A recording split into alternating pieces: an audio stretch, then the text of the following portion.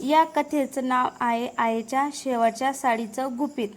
गावातील एका छोट्याशा घरात सीमा आणि तिचा मुलगा अथर्व राहत होते.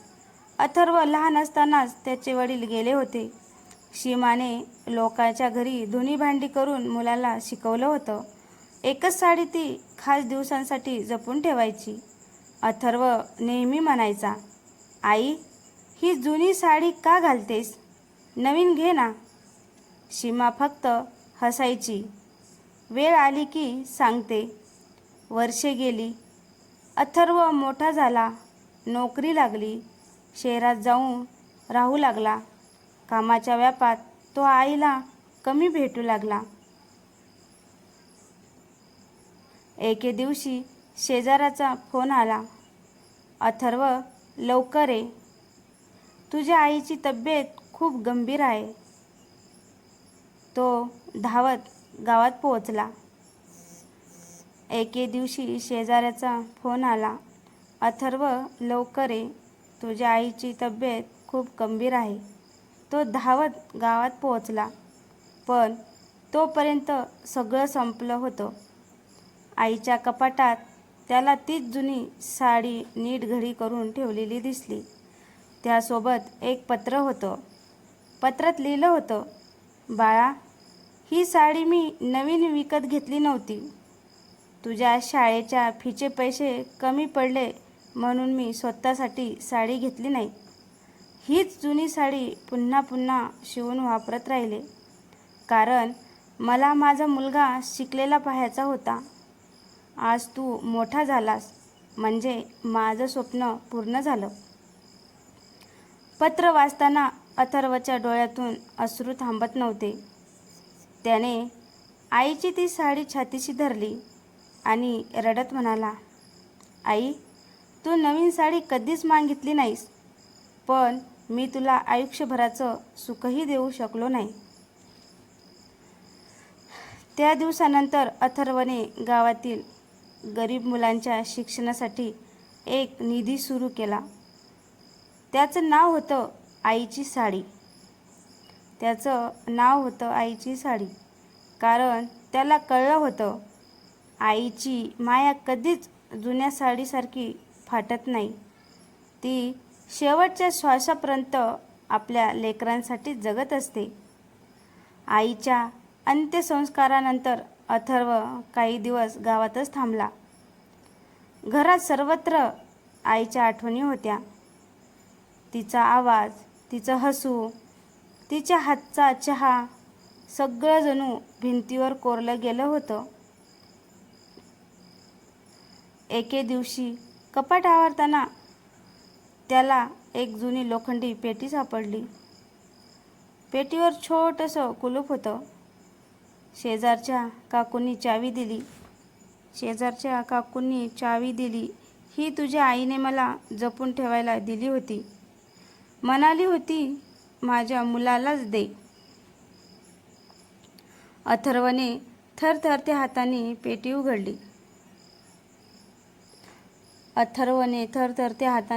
उघडली. आत काही जुने फोटो, त्याच्या बालपणीची खेळणी, पहिल्या इयत्तेचं प्रगती पुस्तक आणि एक कापडी पिशवी होती. त्या पिशवीत फक्त 50 रुपये, 100 रुपये आणि 200च्या काही जुन्या नोटा होत्या. एकूण रक्कम होती 18,500. सोबत एक चिठ्ठी होती. बाळा, हे पैसे मी तुझ्या लग्नासाठी साठवत होते. कदाचित तो दिवस मी पाहू शकणार नाही, पण तुझ्या संसारात कधी अडचण आली तर हे पैसे उपयोगी पडतील.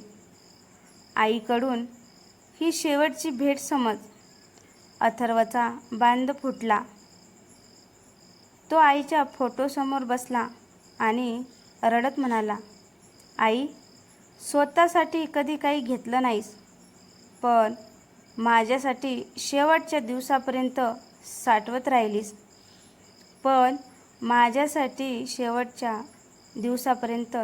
राहिलीस. दुसऱ्या दिवशी त्याने एक निर्णय घेतला. आईने साठवलेले ते 18,500 रुपये त्याने स्वतःकडे ठेवले नाहीत. त्या पैशातून गावातील सर्वात गरीब मुलांना शाळेची बॅग, पुस्तके आणि गणवेश वाटले. आणि प्रत्येक मुलाला वस्तू देताना तो फक्त एकच वाक्य म्हणत होता, ही माझ्या आईची भेट आहे. खूप शिका, कारण एका आईचं स्वप्न तुमच्यातही जगत आहे. त्या दिवशी संपूर्ण गावाच्या डोळ्यात पाणी आलं. पण अथर्वला अजूनही माहिती नव्हतं, आईने त्याच्यापासून आयुष्यभर लपवलेलं सर्वात मोठं सत्य अजून समोर यायचं होतं. दुसऱ्या दिवशी सकाळी अथर्व अंगणात बसला होता. तेवढ्यात गावातील पोस्टमन आला. अथर्व, हे पत्र तुझ्या आईने 6 महिन्यापूर्वी माझ्याकडे दिलं होतं. म्हणाली होती, मी नसले तरच माझ्या मुलाला दे, मी नसले तरच माझ्या मुलाला दे. अथर्वचे हात पुन्हा थरथरू लागले. त्याने हळूच पत्र उघडलं. माझ्या लाडक्या बाळा, हे पत्र तू वाचत असशील म्हणजे मी तुझ्यासोबत नसेन, पण माझं प्रेम कायम तुझ्यासोबत असेल. बाळा, तुझ्या बाबांच्या जाण्यानंतर अनेकांनी मला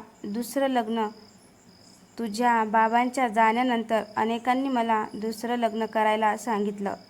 काहींनी तर तुला अनाथ आश्रमात ठेवण्याचाही सल्ला दिला होता. पण मी एकच उत्तर दिलं, माझा मुलगाच माझा संपूर्ण जग आहे. मी आयुष्यभर कष्ट केले, उपाशी राहिले, लोकांचे अपमान ऐकले, पण तुला कधीच त्याची जाणीव होऊ दिली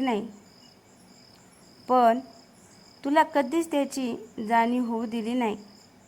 आज तू मोठा झालास, यापेक्षा मोठं सुख मला नाही. पण माझी एक शेवटची इच्छा आहे. गावात एकही गरीब मुलगा पैशाविना शिक्षणापासून वंचित राहू नये. हे स्वप्न तू पूर्ण करशील का? हे स्वप्न तू पूर्ण करशील अशी मला खात्री आहे. तुझीच आई. पत्र संपलं, पण अथर्वच्या डोळ्यातून वाहणारे अश्रू थांबत नव्हते. त्या रात्री त्याने आईच्या फोटोसमोर एक वचन दिलं, आई, तुझं प्रत्येक स्वप्न आता माझं ध्येय आहे. काही महिन्यांनी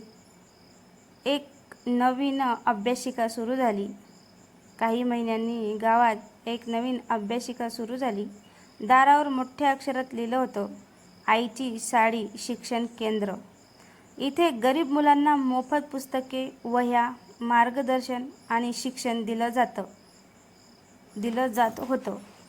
इथे गरीब मुलांना मोफत पुस्तके, वह्या, मार्गदर्शन आणि शिक्षण दिलं जात होतं. उद्घाटनाच्या दिवशी एक लहान मुलगी अथर्वजवळ आली आणि म्हणाली, काका, मी मोठी होऊन डॉक्टर होणार. माझ्यासारख्या गरीब आईचं मोफत उपचार करणार. ते ऐकून अथर्वच्या डोळ्यात पुन्हा पाणी आलं. त्याला वाटलं आई गेली नाही, ती प्रत्येक मुलांच्या स्वप्नात जिवंत आहे. पण त्या क्षणी अभ्यासिकेच्या दारात एक वृद्ध माणूस उभा होता. त्याने अथर्वकडे पाहत शांतपणे म्हटलं, बाळा, तुझ्या आईने आयुष्यभर जपलेलं अजून एक गुपित आहे. आणि ते सत्य ऐकल्यावर तुझं आयुष्य कायमचं बदलून जाईल. अभ्यासिकेच्या दारात उभे असलेले ते वृद्ध गृहस्थ हळूहळू आत आले.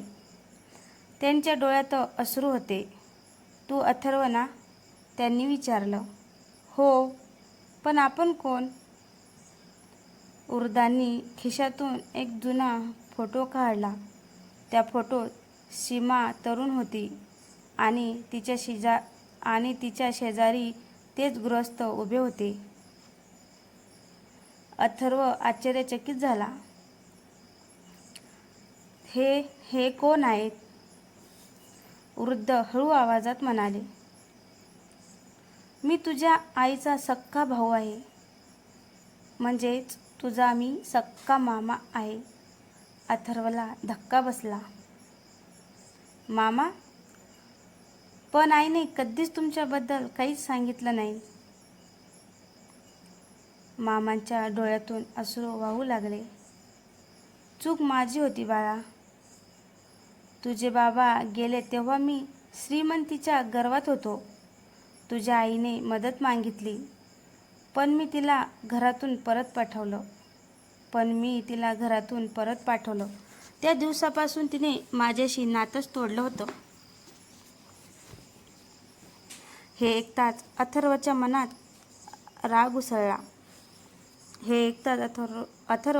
राग उसळला. मामा पुढे म्हणाले, मी आयुष्यभर त्या चुकीची शिक्षा भोगत आहे. पैसा होता, पण मन शांती नव्हती. तुझी आई मात्र कधीच माझी बदनामी केली नाही. उलट ती म्हणायची, माझा भाऊ वाईट नाही, वेळ वाईट आहे. अथर्वच्या डोळ्यात पाणी आलं. मामांनी थरथरत्या हातांनी एक लिफाफा त्यांच्या हातात दिला. हे तुझ्या आईने तिच्या शेवटच्या दिवसात मला दिलं होतं. म्हणाली होती, मी गेल्यावरच अथर्वला दे. अथर्वने लिफाफा उघडला. आत एकच ओळ लिहिलेली होती, बाळा, आयुष्यात कोणावरही राग धरू नको. क्षमा करणारा माणूसच खरा श्रीमंत असतो. ते वाचताच अथर्वने मामांना मिठी मारली. दोघेही लहान मुलासारखे रडू लागले. त्या दिवशी अनेक वर्षांनी तुटलेलं नातं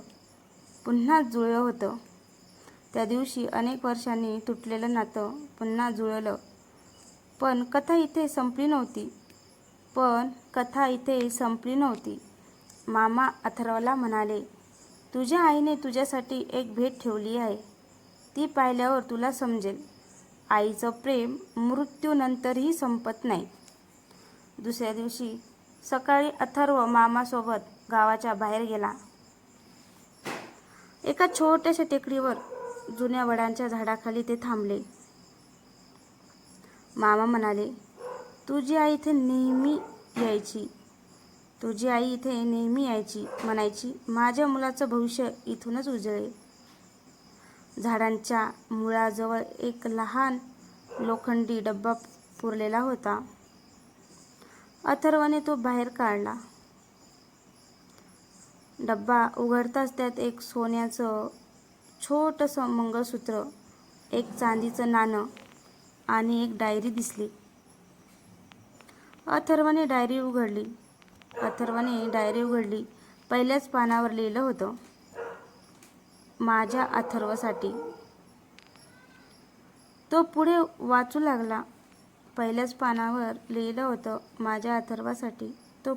लागला. बाळा, हे मंगळसूत्र तुझ्या बाबांची शेवटची आठवण आहे. खूप कठीण दिवस आले, पण मी ते कधी विकलं नाही. कारण मला वाटलं, एक दिवस तू ते पाहशील आणि तुझ्या बाबाचं प्रेमही अनुभवशील. आणि ही डायरी, यात मी तुझ्या जन्मापासून प्रत्येक वाढदिवशी तुला लिहिलेलं पत्र आहे. कदाचित ती मी तुला कधीच देऊ शकले नसते. अथर्वने एक एक पान उलटायला सुरुवात केली. पहिल्या वाढदिवसाचं पत्र. आज तू पहिल्यांदाच हसलास. तुझं ते हसू पाहून माझे सगळे दुःख विसरले.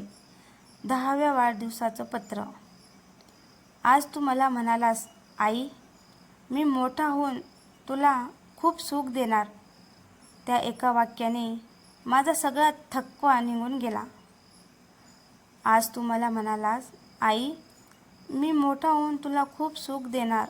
या एका वाक्याने माझा सगळा थकवा निघून गेला. 18व्या वाढदिवसाचं पत्र. जर कधी मी तुझ्यासोबत नसेल तरी स्वतःला कधीच एकटा समजू नको. माझा आशीर्वाद कायम तुझ्या पाठीशी असेल. प्रत्येक पान वाचताना अथर्वाच्या डोळ्यातून अश्रू वाहत होते. डायरीच्या शेवटच्या पानावर एक शेवटचं वाक्य होतं. बाळा, माझी खरी संपत्ती दागिने नाहीत, घर नाही, पैसे नाहीत. माझी खरी संपत्ती म्हणजे तुझं चांगलं मन. ते आयुष्यभर जप. अथर्वने डायरी हृदयाशी घट्ट धरली. त्या क्षणी त्याने ठरवलं. आईच्या नावाने सुरू केलेलं आईची साडी शिक्षण केंद्र आता तो संपूर्ण जिल्ह्यात पोहोचणार होतं. कारण त्याला समजलं होतं आई जग सोडून जाऊ शकते, पण तिची शिकवण कधीच मरत नाही. शेवटच्या भागात अथर्वला आईची अशी एक भेट मिळेल जी त्याच्या आयुष्याला कायमचं नवं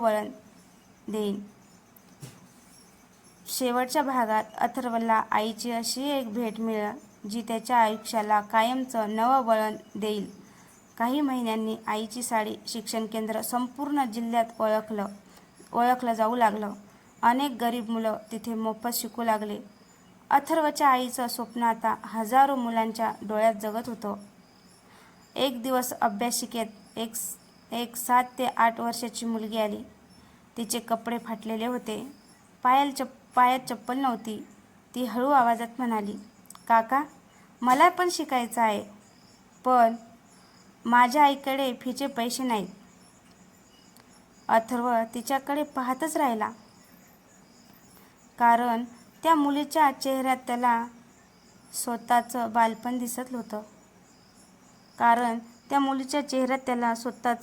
दिसलं. त्याने तिला जवळ घेतलं आणि म्हणाला, आजपासून तुझं शिक्षण, पुस्तक, गणवेश सगळ्यांची जबाबदारी माझी. हे ऐकताच त्या मुलीची आई पुढे आली. ती अथर्वाच्या पायाशी बसू लागली. अथर्वने तिला लगेच उचललं आणि म्हणाला, ताई, असं करू नका. माझ्या आईने मला एकच गोष्ट शिकवली होती. मदत करताना कधीही समोरच्याला कमीपणा वाटू देऊ नये. ते ऐकून सगळ्यांच्या डोळ्यात पाणी आलं. त्या रात्री अथर्व आईच्या फोटोसमोर बसला. त्याने ती जुनी साडी पुन्हा एकदा हातात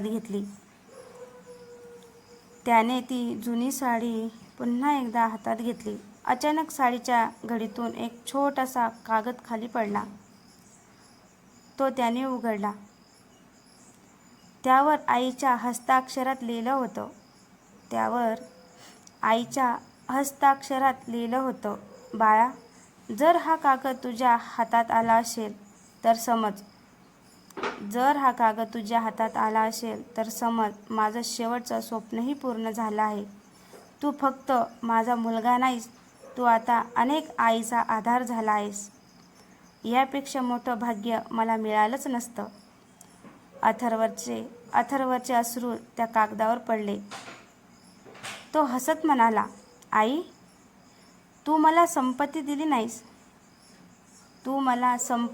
नाहीस, पण माणुसकी दिलीस, आणि हीच जगातील सर्वात मोठी श्रीमंती आहे. त्या दिवसापासून प्रत्येक वर्षी आईच्या स्मृतिदिनी शेकडो गरजू मुलांना शैक्षणिक साहित्य वाटलं जाऊ लागलं. गावात आजही लोक एक वाक्य